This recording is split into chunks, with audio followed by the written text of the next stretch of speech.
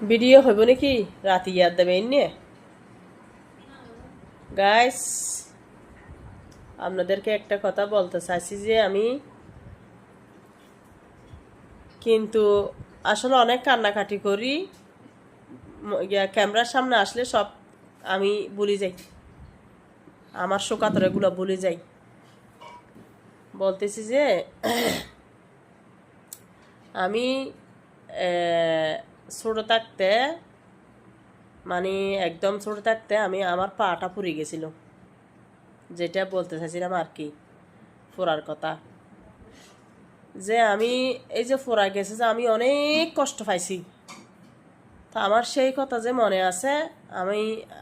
আমার মেয়েদেরকে আমার আত্মীয় স্বজনকে সবাইকে বলে দিছি যে আমরা তো বড়ুয়া হ্যাঁ কোনো কারণে যদি কোনো দিন যদি কোনো কারণে কি মৃত্যুর গুলো আসছি মরব না হ্যাঁ জন্ম নিলে তো মৃত্যু হবেই তো বলছি যে আমাকে যেন এই ফোড়া না দেয় কারণ আমি ফোড়া নিয়ে অনেক কষ্ট পাইছি তো কষ্ট পাইছি এই জন্য বলে দিছি যে মানে আমরা তো বড়ুয়াদের নাকি বলে আমার বাবা বলছে আর কি এই বড়ুয়াদের বলে পোড়া দিতে হলে পোড়া যদি এই মৃত্যুর আগে যদি বলে দেয় আমাকে পোড়া দাও এই পোড়া দিবে আর যদি হয় মানে কি আমাকে মাটি দিতে দাফন করাতে বললে দাফন করাবে এরকমই বললে তারপরে গিয়া করে তা আমি এইটা বলতেছি যে কার উদ্দেশ্যে জানেন গাইস বলতেছি যে এই যে রাঙামাটির ছেলে একটা কুইসিং মারমা না কি একটা নাম বলছিল হ্যাঁ কি নাম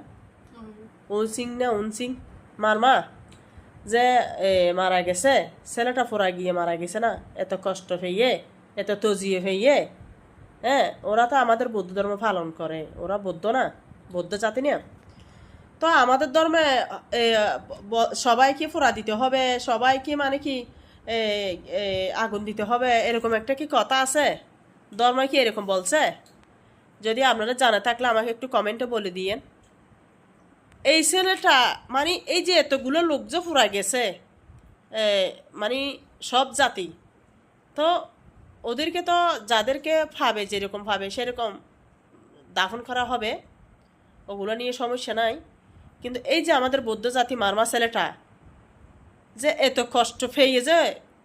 তাজরানা ফেয়ে যে মানে কি ছেলেটা মৃত্যুবরণ করছে না